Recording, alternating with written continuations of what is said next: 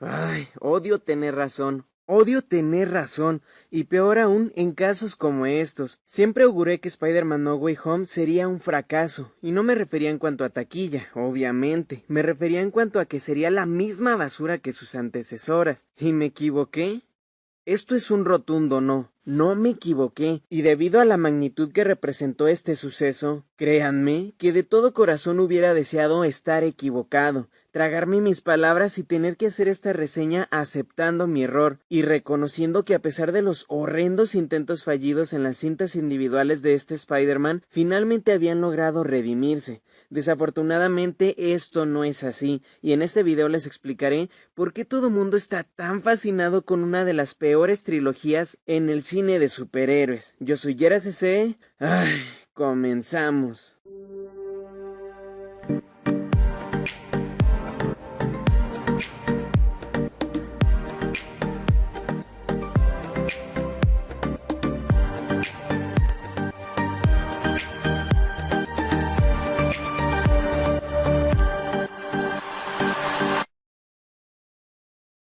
Antes de que continúes viendo este video, quiero reiterarte de todo corazón que si tú disfrutaste de la peli y quieres quedarte con ese dulce sabor de boca, no sigas viendo este video. No necesitas que nadie venga a decirte qué disfrutar y qué no. Esta es una reseña personal y meramente analítica. Ahora, que si no te afecta y decides continuar, mantén un debate abierto y objetivo respetando el diálogo. Continuemos.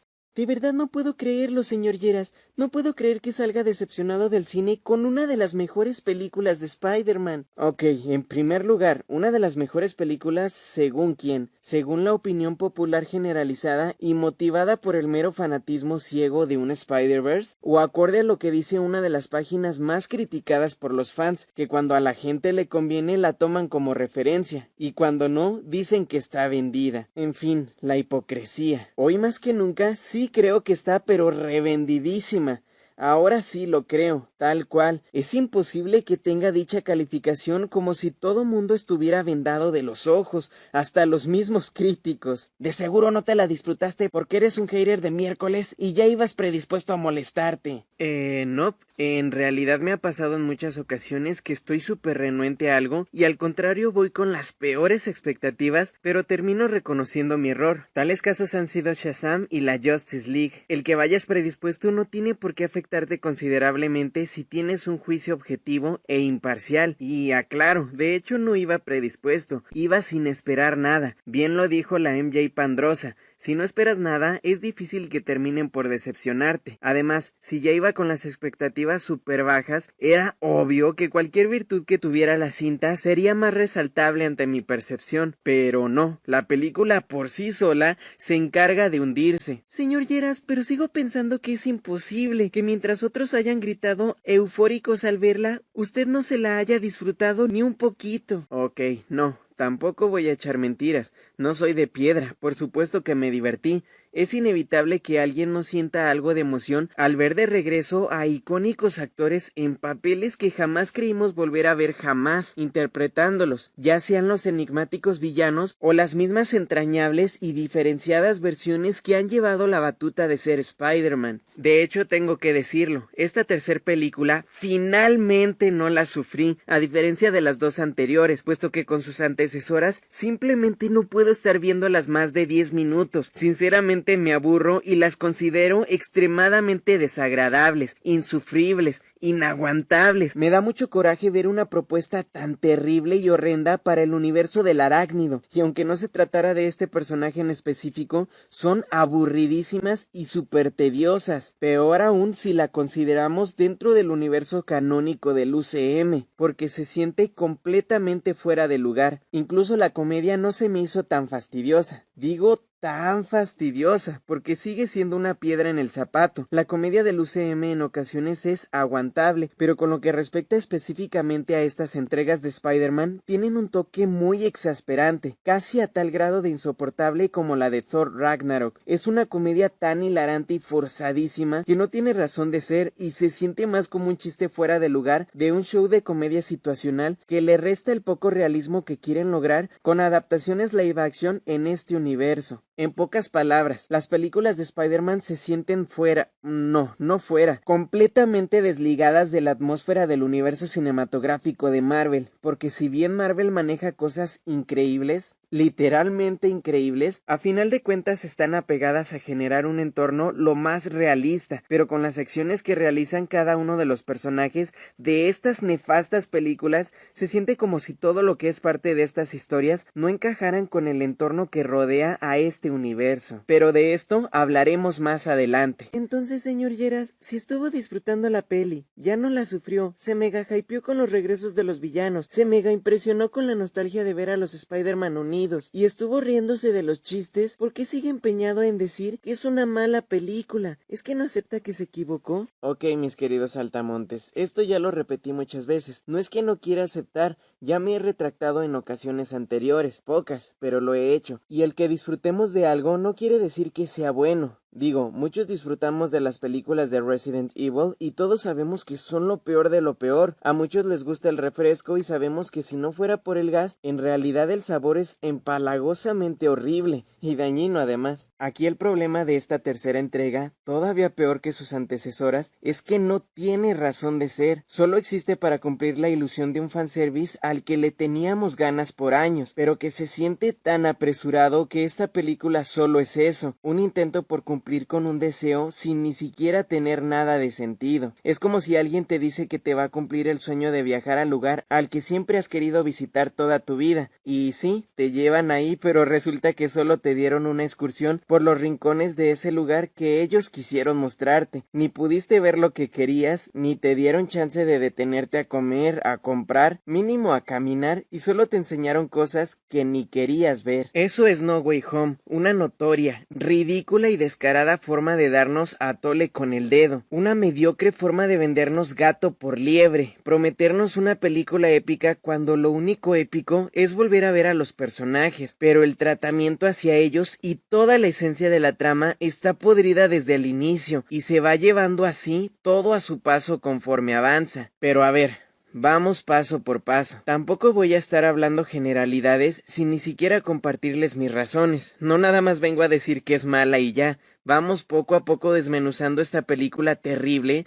cuyo único propósito es generar ganancias a través de una tomada de pelo, trayéndonos regresos nostálgicos, y que de ahí en más no tiene sustento. Que claro, no había otra forma de enganchar al público luego de lo horrendas que habían sido las anteriores películas, y tuvieron que recurrir nuevamente a medidas desesperadas que no son más que incentivadas por la intención de retomar al público perdido, sin importar que la historia se sienta súper parchada y lo más forzado que he visto en mucho tiempo. Pero a ver, vamos con esta lista de razones. Punto 1. El terrible argumento. Primero que nada, no podemos tomarnos en serio una película que está mal hecha desde sus inicios, mal cimentada, y que avanza de esa manera sin pena ni gloria, arrastrando el mal argumento con el que plantean las bases de su trama. ¿A qué voy con esto? ¿Neta es creíble cómo es que se desata todo este desorden multiversal? Aquel hechicero supremo que ha sido mostrado infinidad de veces como el gran conocedor y eminencia en los misterios del universo, de verdad pierde el control con un hechizo que no solo puede poner en peligro nuestra realidad, sino todas las realidades que conforman el multiverso. La propuesta, lo dije, lucía absurda y terminó sucediendo justamente así. Un Doctor Strange al que le bajaron toda la imponencia, la sabiduría y la autoridad que le habían adjudicado. ¿Y por qué Strange entregó la gema? ¿Qué dijiste? Strange entregó la gema.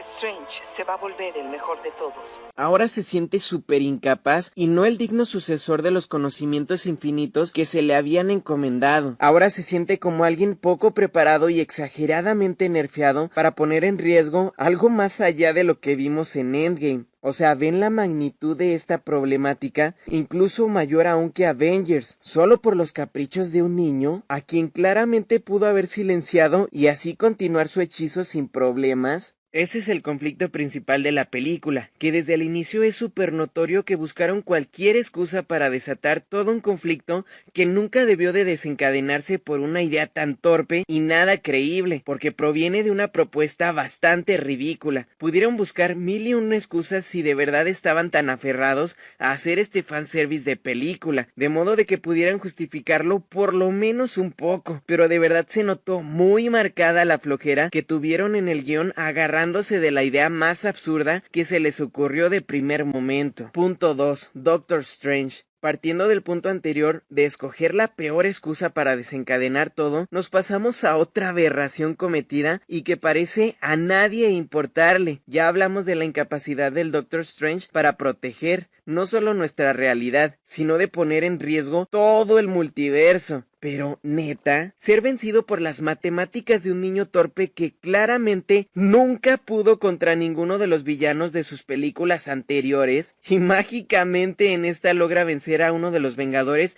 más poderosos, que es justamente quien se encarga de todo el equilibrio de nuestra realidad, se supondría que Doctor Strange fungiría como un mentor al igual que en los cómics, no como la criada de este personaje. Ah, y además ya pudo contra los villanos más poderosos de otras realidades, cuando ni siquiera podía contra los de su realidad. ¿Qué clase de lógica es esta? Esto ya se siente peor que los poderes desfasados y mal balanceados que nos presentan en Dragon Ball Super. Ya nada tiene sentido ni balance. El más fuerte es determinado por un guionazo y no más por la lógica y las reglas que ellos mismos plantearon en sus películas. O sea, ya, neta no necesito explicar este punto. Doctor Strange es una eminencia en cualquier rama de estudio, científica, matemáticas, química, física cuántica, y fue vencido por el poder del guión urgido, necesitado y forzado por desencadenar el multiverso para que la historia avanzara en esta cinta. Punto 3. Villanos. Lo único que iba a ser rescatable de esta peli era el encontrarnos ante la nostalgia de ver de regreso personajes entrañables. Cosa que sucedió, pero que también advertí no sería suficiente. Vean mi video anterior y se los advertí. Estos villanos solo serían traídos de regreso para ridiculizarlos y desperdiciarlos de una manera frustrante. Esto se deriva en 3 puntos. Inciso A. Los villanos no hacen nada. Apenas tienen una escena y son inutilizados para que el siguiente villano haga de las suyas, como si se estuvieran revelando por turnos. Primero, el Doctor Octopus, una de las apuestas más fuertes y por la que muchos estábamos esperando. Bueno, yo no tanto, la verdad, lo dije. Ya sabía que todo terminaría mal, pero debo decir que me encantó el momento en el que aparece. Su batalla inicial fue muy emocionante y los efectos especiales estuvieron bien. La verdad fue un momento donde ciertamente sentí que finalmente estábamos ante una amenaza que requeriría que este Spider-Man hormonal, que se la ha pasado jugando a la escuelita y más concentrado en llorar porque sus novias no le hacían caso, se pusiera a la de ya las pilas si de verdad quería ser llamado un vengador. O ya de perdiz un héroe. Pero a partir de aquí, todo lo que se maneja durante la película comienza a decaer contundentemente, tal y como lo auguré. No hicieron ni miércoles, solo es el mero fanservice de decir, miren, los trajimos de regreso, ahora chútense toda la película que escribimos en 5 minutos para justificar de forma despreocupada el por qué están de regreso, y aviéntense así todo el relleno de lo que va a tratar este business. O sea, ahora resulta que sin explicación aparente, el Doctor Octopus absorbe la nanotecnología de Stark, porque sí, y no conformes con esa idea sacada de la manga, es de la forma en que finalmente, como lo advertí, lo ridiculizan y lo desechan durante toda la película. Ese es mi problema con esta cinta, no hacen nada los villanos. Tienen una que otra aparición esporádica, pero desperdician el gran potencial de los actores que trajeron de regreso, y el resto de los villanos se sienten como cascarones vacíos sin personalidad que no reaccionan al más mínimo estímulo. Los villanos más importantes, refiriéndome a los que fueron reinterpretados por los mismos actores, no hacen nada, porque apenas tienen una mínima presentación donde parece que serán una amenaza, pero terminan siendo desperdiciados por el resto de sus apariciones. Doctor Octopus no vuelve vuelve a hacer nada durante la película. El Duende Verde regresa y solo es para ver la misma escena que vimos en el tráiler. Nuevamente su publicidad engañosa. Pierde su máscara y luego se presenta en todo momento como un Norman Osborn que parece tener una sobredosis de sustancias de dudosa procedencia, porque se comporta de forma muy extraña y nada semejante a lo que en su momento fue, haciendo chistes, comportándose sin clase como un vagabundo y robándose las cosas de la casa de la tía May. O sea, entiendo que ya no estaba bajo el control de su alter ego el Duende Verde, pero no se siente como Norman Osborn. Ese porte, esa prepotencia y aires de superioridad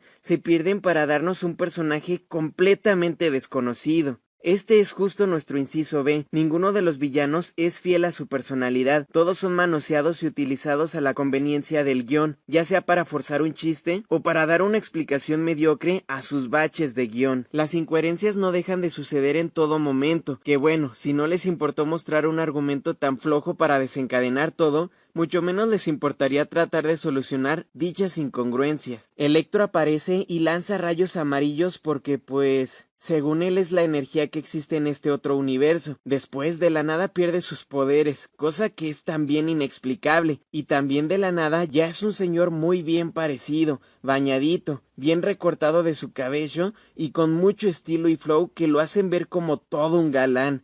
What the fuck? Ningún villano fue respetado en cuanto a su verdadera esencia, ni física ni en personalidad. Sí me encantaba la idea de redimir a este villano, después de la basura que nos entregaron en The Amazing Spider-Man 2, tanto en su forma humana, su personalidad y en su aspecto de villano. Y ciertamente sí es mejor esto a esto, pero el problema nuevamente es la deplorable justificación a todo.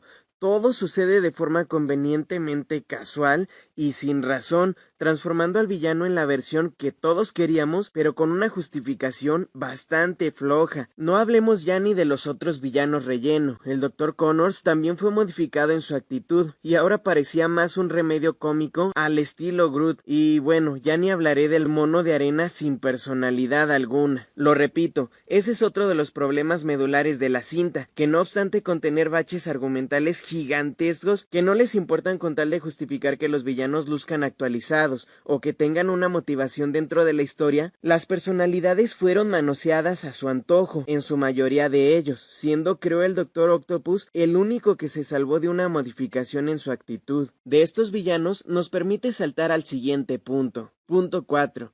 CGI deplorable. Continuando con los villanos cuyos actores originales no regresaron para interpretarlos, fueron de igual forma afectados considerablemente, puesto que toda esa calidad que se mostraba en las apariencias en el CGI de estos personajes quedó en el olvido. Ahora parecían más monitos de Fortnite que de verdad esas texturas tan épicas, tan bien cuidadas que les dieron en sus respectivas películas como villanos principales. ¿Dónde quedó ese cuidado que tenían por mostrarnos los pequeños detalles como cada piedrita por piedrita del arenero? ¿Dónde quedó esa piel escamosa del Dr. Connors? Entiendo que el presupuesto se fue en otros aspectos de la película, rejuvenecerlos, pero aún así el trabajo da mucho a desear y bueno, tomando en cuenta que era obvio que esta película alcanzaría niveles grandísimos en ganancias, creo que merecíamos un poquito más de esfuerzo por invertir en estos aspectos. Pero claro, a pesar del tremendo fanservice que tenían en su película, aún así los atormentaba la duda de que su película pudiera ser un fracaso en taquilla luego de las fuertes críticas a sus antecesoras, a pesar de haber comprado ciertas opiniones.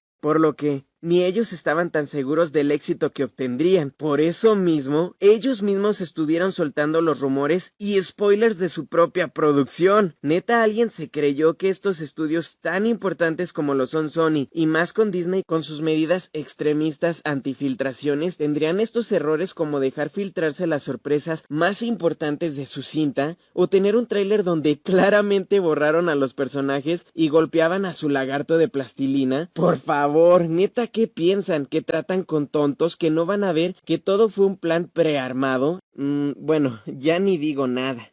Ahora ellos se ahorraron millones en el CGI, nos escupieron en la cara, nosotros se los agradecemos y de pilón les damos una de las mejores taquillas de todos los tiempos, aún y en pandemia. Pero las fallas en los efectos especiales no terminan aquí, no solo es la carente apariencia de los personajes, Marvel se ha hecho muy flojo últimamente en sus efectos especiales, y cómo no, si la gente acepta lo que nos dan sin refutar nada, así cualquiera aprovecha la desfachatez si al más mínimo esfuerzo genera los mismos beneficios. Antes se esmeraban más en las batallas, combinaban efectos prácticos con CGI, pero como la gente ha dejado pasar los errores cometidos, ellos han visto la oportunidad para aflojarle a los efectos especiales. Bien lo dicen, da entrada para que te vean la cara una vez y te la seguirán viendo mientras te dejes.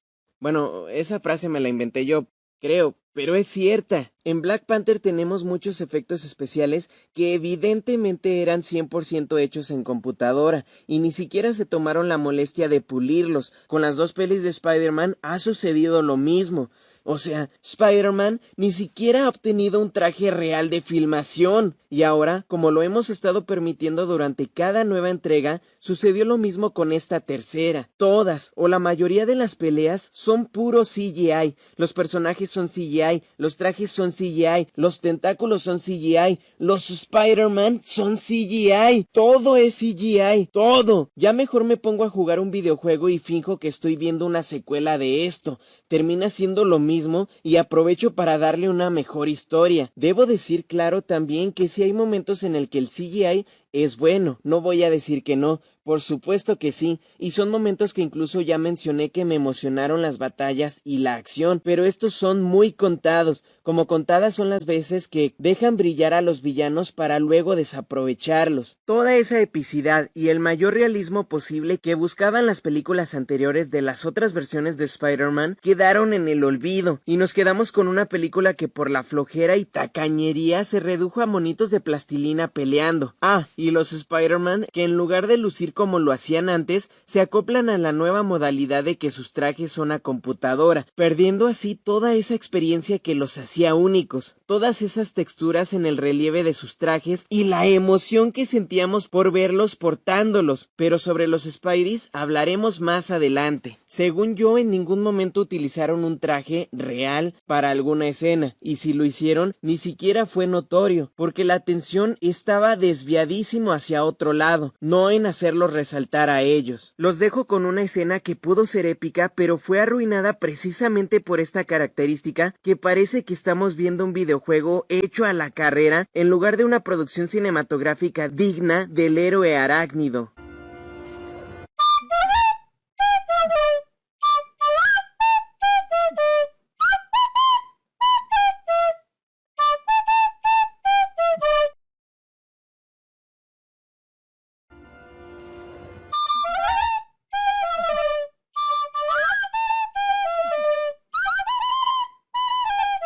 Y bueno, si hay algunos efectos que ahora lucen mejor, es precisamente por algo súper hilarante. Luego de que muchos ya habíamos ido a ver su película Macuche, tuvieron la desfachatez de relanzarla, ahora con efectos especiales mejorados. O sea, esto sí está por encima de la mediocridad. Ven que sí están mal los efectos y todavía nos hacen pagar por lo mismo supuestamente mejorado. Punto 5. Desarrollo de la historia. Luego de que finalmente todos los villanos ya están encerrados, se tomó la difícil decisión de regresarlos, y debo decir que sí, me gustó el dilema de que Peter no quería devolverlos a sus realidades para que murieran, sino que más bien buscaba poder darles una segunda oportunidad. Eso me gustó, y lo reconozco, pero ni siquiera se entiende cómo es que le iban a hacer o qué. Mágicamente lo que era imposible dentro de las respectivas realidades de cada uno de estos personajes, ahora es una posibilidad altamente exitosa en esta. O sea, en sus respectivos universos a nadie se le ocurrió curarlos, pero en este universo cinematográfico tienen esa capacidad de lograrlo. ¡Vámonos! ¿Cómo? ¿Quién sabe?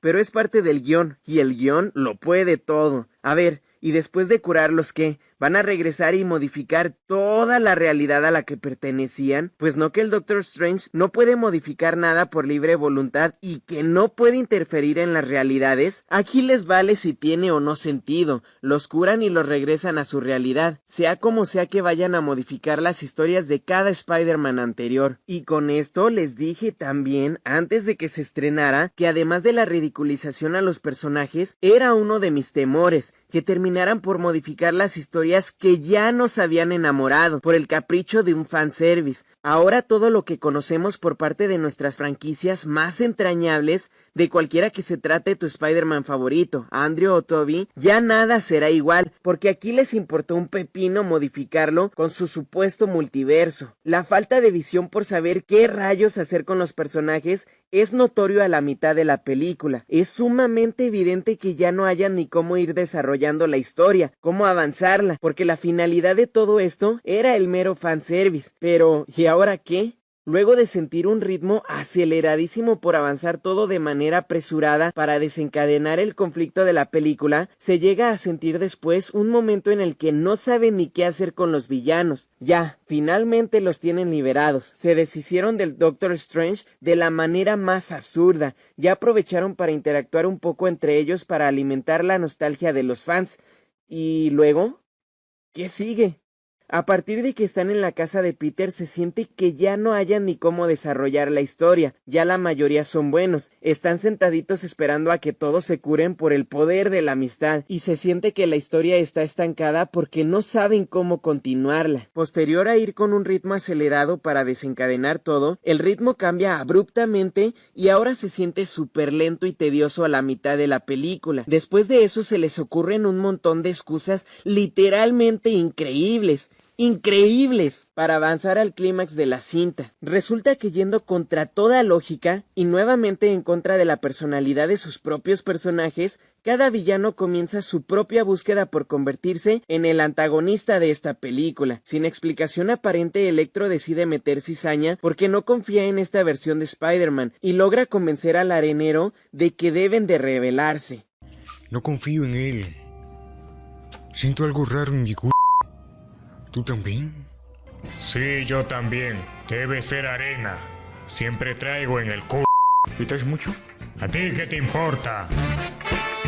A ver, en primer lugar este argumento está más que sacado de la manga. Te creo más que los villanos se hayan revelado simplemente porque son eso, villanos, y está en su personalidad el ser traicioneros para ver por sus propios intereses, a que me quieras ver la cara diciéndome que se volvieron en contra de Spider-Man porque no confían en él, siendo que por él lograron escapar de la eliminación por parte de Strange. O sea, ¿en qué cabeza cabe que estos villanos redimidos pueden ponerse sus moños y decidir enfrentarse nuevamente nada más porque sí? Incluso con una de las redenciones más características, la del arenero, que ahora lucha incongruentemente contra quien tuvo una relación muy turbulenta y de perdón al final de Spider-Man 3. O sea, mínimo se hubieran ido ya por lo más cliché, que alguien los estuviera controlando mentalmente, en lugar de estas incoherencias. Pero bueno, ¿qué podíamos esperar cuando el arenero y el lagarto solo están ahí como rellenos, sin una personalidad sólida y que dan más la impresión de que son cascarones vacíos sin motivaciones claras? Lo único que queda bien justificado es el cambio de intenciones del Duende Verde. Hasta aquí hagamos una pausa a este análisis, porque aún queda mucho que comentar. Abordaremos todas las cualidades con las que cuenta esta cinta que justamente me hizo no sufrirla tanto como las precuelas. Pero también diré porque a pesar de todas estas virtudes, la película se estanca en el mismo bache de agua sucia y puerca en la que Marvel y Sony pusieron a todo el universo de Spider-Man, incluyendo las películas horrendas de Venom.